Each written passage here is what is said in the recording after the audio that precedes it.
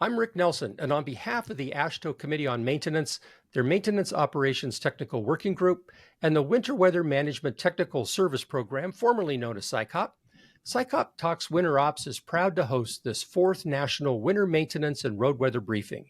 These briefings provide the organizations working in the severe weather and maintenance operations space an opportunity to showcase their efforts to help you achieve your winter maintenance and operations mission. This briefing features Tonya Lohman of the Missouri Department of Transportation and chair of the Aurora Board. Hi, Tonya. Thanks for being with us today to brief us on Aurora. Thank you. Thank you very much for having me. Tonya, before we get started, tell us a little about yourself and your involvement with Aurora. Well, so I've been involved with Aurora for probably 4 years now. We have been a pooled fund state. We were with Clear Roads, and then we talked about joining Aurora, and I went with our central office group. So MoDOT is made up of 7 districts, and then we have our central office where we have our maintenance liaisons and the maintenance leadership for the state, and asked if we could have a district representative on the Aurora board, especially as it related to the winter roads and how we take care of things. And I'm in the Northwest District at the time when I signed up for this. So it was a really good fit because that's where we had a lot of our snow events anyway. So I've been with Aurora, really enjoyed the group and learning about it. We did not have as many of the road weather sensors in our district, so I was wanting to kind of improve upon those. And then I've kind of come full circle because now I'm in a new position, similar type role, but I'm in the Kansas City district. So it's a little bit more urban and I'm learning my new role. But I chose to be the chair. I actually nominated myself and said that I would take that role on just to kind of push myself out of the comfort zone and give myself an opportunity to get to know what other states are doing and make sure that we're kind of going along for the ride and making sure that we're participating the same way and getting that information and sharing it within our districts. Yeah, right on. Very good. So, Tonya, how about we just launch into the Aurora briefing and tell us what's happening? Okay, that sounds great. So Aurora is actually a pooled fund.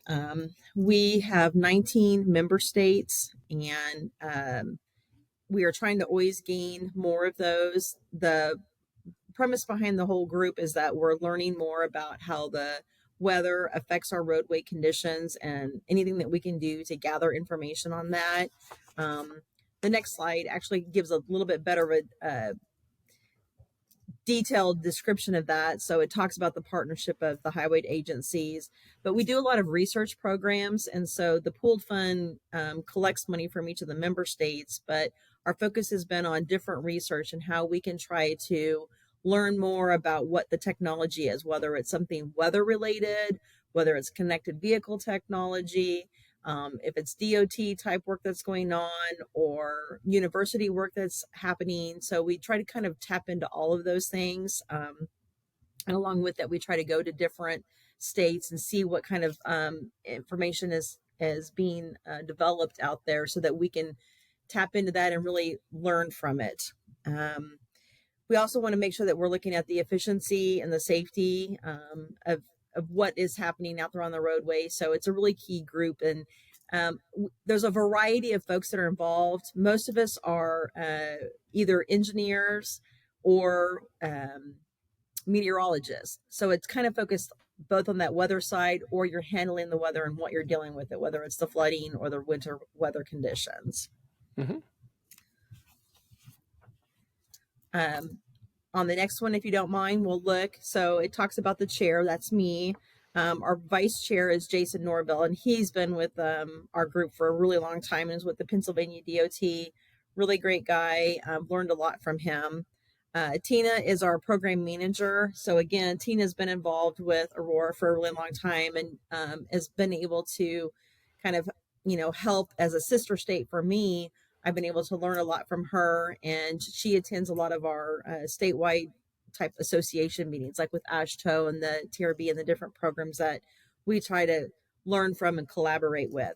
And then we have a support agency. So Zach Hans and Neal with Intrans do all of the coordination. So they're the member agency that does everything for us and helps us with all of our billing, organization, keeps our charter, and make sure that we're all kind of staying on track and following along with what we need to do together.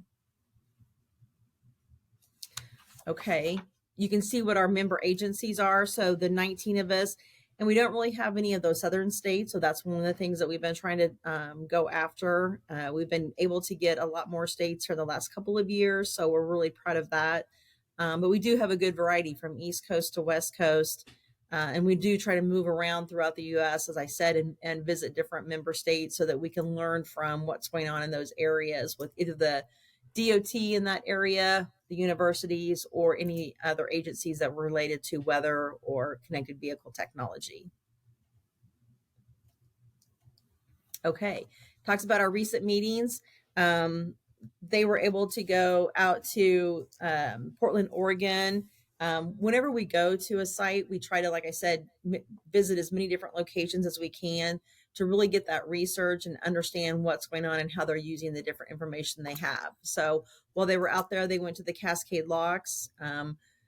We usually do a spring meeting and then a fall meeting. And then the fall meeting, they went up to Minneapolis.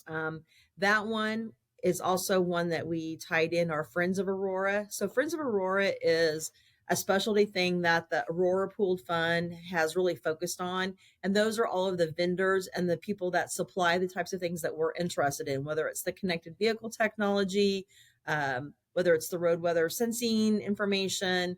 So we let them become Friends of Aurora. And then as we have opportunities, we bring them in so we can learn from them. What are the new things that they're developing? That way we're kind of on the knowing edge, and then we can also talk through what things we want to potentially try or be aware of. Different states can talk about the things that they're aware of. And so it really helps us kind of get to know them a lot better and see what those, if they're a good fit for each individual state, because it depends on the topography or what you're really kind of going after, if that's a good fit for you. Yeah, and Tonya, that whole yeah. Friends of Aurora thing is really an interesting concept to bring the vendor community into your group, to meet with you, to have discussions with you. I think that exchange of information, really gives them some insight into the kinds of things that you're yearning for, right? The Right, improvements and things like exactly. that you're interested in, and you sort of get a feel for what kinds of things are happening in the industry that you might not necessarily have had access to. Exactly. I mean, it's kind of that whole marriage thing, right? So if you only know about a few vendors, then you're not branching out and learning as much as you potentially could, or changing with new technology. And so having all of them there also makes them aware of each other and the fact that, hey, this one over here is doing this, maybe we should start looking into that. And so it kind of challenges them also to be a better version of themselves. So all collectively, we work better together. And then they can also understand that, some states are focused on the weather in a certain way, and they have meteorologists. And so they're going to want different kind of data. Like our state, we do not have a staff meteorologist. We use National Weather Service and other vendors. So then it also makes you tailor how you present that data, or, what that format looks like. So it's been a really good program, and I'm really proud of us for continuing that. And then, sometimes we'll even have them on a monthly meeting just to kind of talk about something or to introduce a new one so that we can share something with them, and then bring them in when we can, when we have those every other year vendor meetings. Yeah. The last meeting that we went to was in San Diego. So I was able to participate in that one. And it was a really great day, the day that we went out and did our on-site meetings. So we went with Caltrans. We had a really great opportunity to learn about wrong way drivers. And so many of us are engineers. Like I said, that was really important to me as a thing that thinking about what we need to do and how we need to share that information with each other. And they had some really great ideas. So I really enjoyed that one. We learned some more about the atmospheric rivers. We went to the Center for Western Weather. What a beautiful place to go and sit and look, but just learning about all that stuff and seeing it in person and understanding, how the mountains and how the storms come in. And even though I'm a Midwestern state, it still makes an impact on me. And they were explaining the different components of how it works. And you don't always get that in a PowerPoint or, reading an article, seeing it and having them kind of talk about it and show us some of the things that they've learned as they've studied it was very impactful. And then Qualcomm was really interesting because we sat down with them and they're talking about the connected vehicle technology and, having such a variety of states, very urban type states. Missouri has a lot of, rural area, and just, talking about the types of equipment and how those things need to talk to each other. And, I brought up tractors and they were looking at me like, what the heck are you talking about tractors? And I'm like, in the Midwest, combines and tractors are up and down the highways all the time, moving from place to place. We have, farmers that farm 10,000 acres and they're moving their equipment all the time. So I want that information out there as well, because when they're moving spring and fall harvest and planting season, it's a really big deal. We put message boards out for planting and harvest season, and they were just looking at me like, that's crazy, lady, so just something they had never thought of because they weren't exposed to that being in California. So it was very fun, to kind of have that interaction back and forth. And then other folks had different things that they have to deal with in their areas. And so we've just really learned a lot from each other. Oh, I didn't mention the monthly calls. So we get on for about an hour every month and just kind of catch up with each other. And that's where we've, talked about different programs or get updates on what the research is, what status it's at. Sometimes those people that we've invested in for the research will get on and give us an update where they're at, or get to a decision point, like here's where we're at, how do you want the data presented, and we'll kind of give some feedback there. So those are really fun, and it kind of keeps us all, on the same page. Right. Some completed projects. So the non-invasive sensor one, that was a really cool one. We brought in the non-invasive sensor. So you usually have your road weather pucks down into the pavement, and we put stations up next to them that were non-invasive so that we could compare the data and see how relative it was, whether it made more sense to go with the non-invasive. Did you get as quality of data or not? Or do you want to integrate them in places where it's harder to put pucks in, or you have issues with your pavements deteriorating, and maybe you want to use some non-invasive and some invasive. So really good project. And a few states have even changed over to totally non-invasive because of that. The roadway friction modeling, obviously that's something that's very important for us, because if as you can see on there, we earned a AASHTO High Value Research Award. So we're really proud of that we're investing in a variety of research projects, and something that made enough value for other agencies like AASHTO to award it is very powerful for us. There's the imagery, the automated extraction of weather variables from imagery. So you're looking at what you can see in there and how that impacts what you decide and make a decision about what the weather is and the impact that you want to do. So these are our active projects. So we have 5 right now that are going on, and then we just voted at the last meeting for the ones that we're going to go forward on. So the 5 that we have right now are the roadway ice and snow detection with the infrared thermography technology, the RWIS sensor density and location. That's a phase 4 project. So we've gone through several different phases on it, looking at the automated winter road surface condition monitoring, and they use the RWIS and fleet dash cameras.